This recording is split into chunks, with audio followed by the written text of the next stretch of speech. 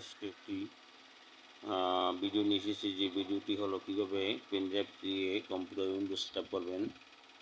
দেখে নিন। প্রথমেই আপনারা একটি বুটেবল পেন ড্রাইভ কম্পিউটার লাগিয়ে কম্পিউটারটি অন করবেন।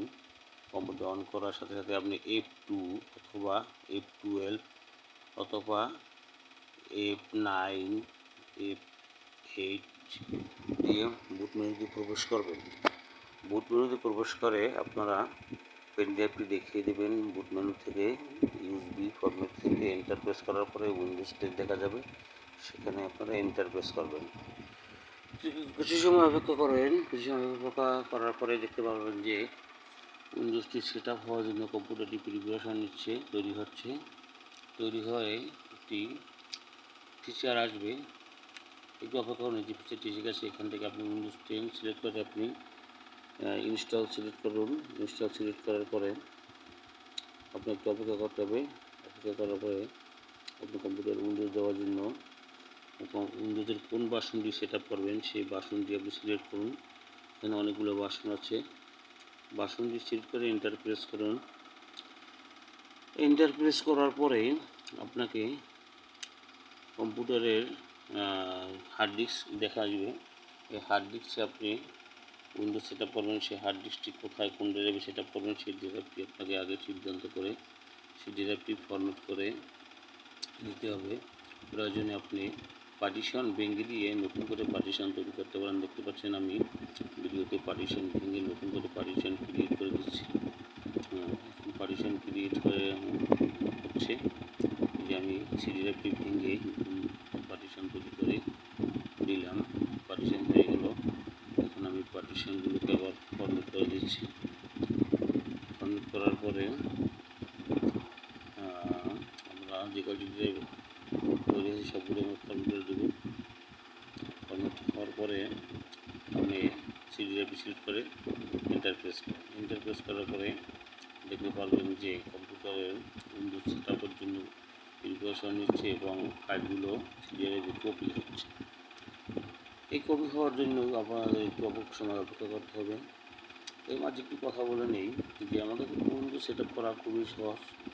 তবে পেন ড্রাইভটি বুটেবল করে আপনারা কম্পিউটার ইউএসবি পোর্টে লাগিয়ে ভায়োসে প্রবেশ করে অথবা সরাসরি বুট মেনুতে প্রবেশ করেও আপনারা উইন্ডোজ সেট আপ করতে পারেন।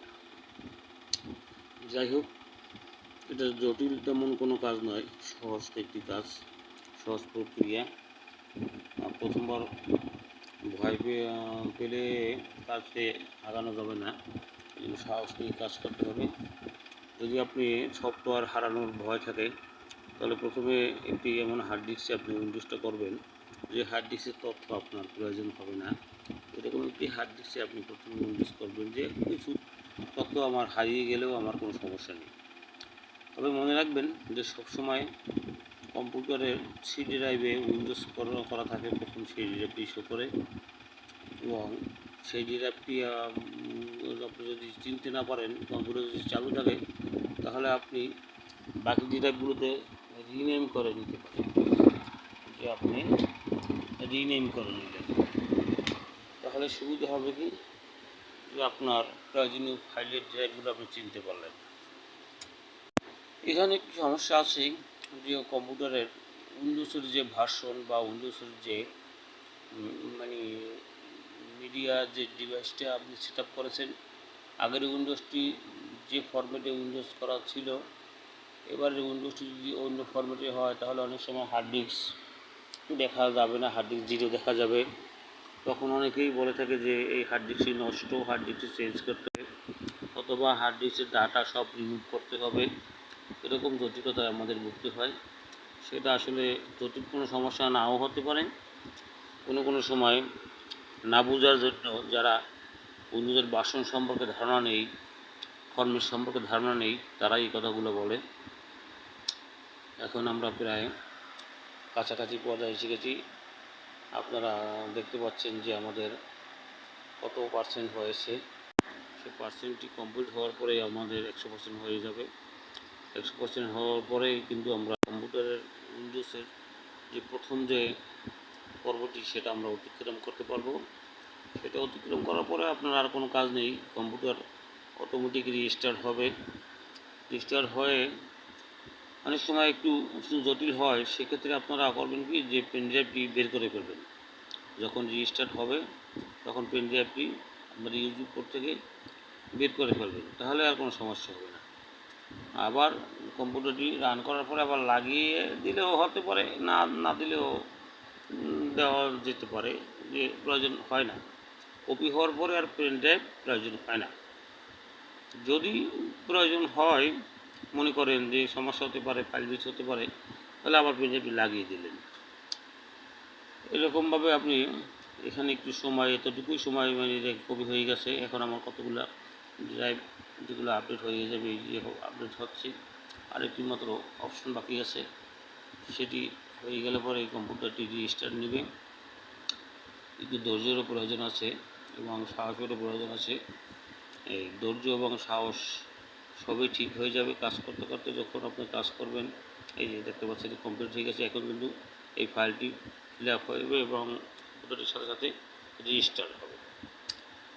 রিস্টার্ট হওয়ার পরেই কিন্তু আমাদের কাজ শেষ বলা যায়। এক পর্যায়ে কম্পিউটারের বুট কপি হয়ে গেছে, অর্থাৎ পেন ড্রাইভ থেকে ফাইলগুলো আমাদের কম্পিউটারের হার্ড ডিস্কে সি ড্রাইভ কপি হয়ে গেছে, সেটা ইনস্টলও হয়ে গেছে, ফিনিশও হয়ে গেছে।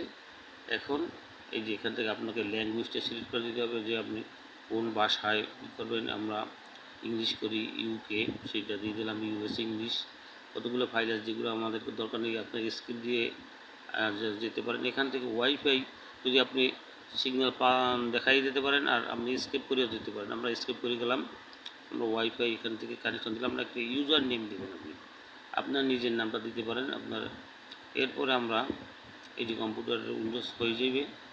এরপরে আমরা ডেস্কটপের আইকনগুলো সিলেক্ট করবো। ডেস্কটপের আইকনগুলোকে আমরা সিলেক্ট করা থাকে না, সেগুলো সিলেক্ট করে এখান থেকে আমরা ডেস্কটপ আইকনে আসার পরে আইকনের আমরাগুলো টিক মার্ক করে দেবো, চেক